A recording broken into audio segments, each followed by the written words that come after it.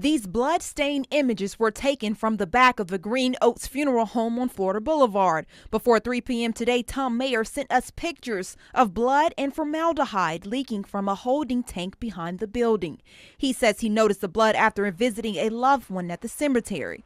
After the city received the pictures, they went out to investigate.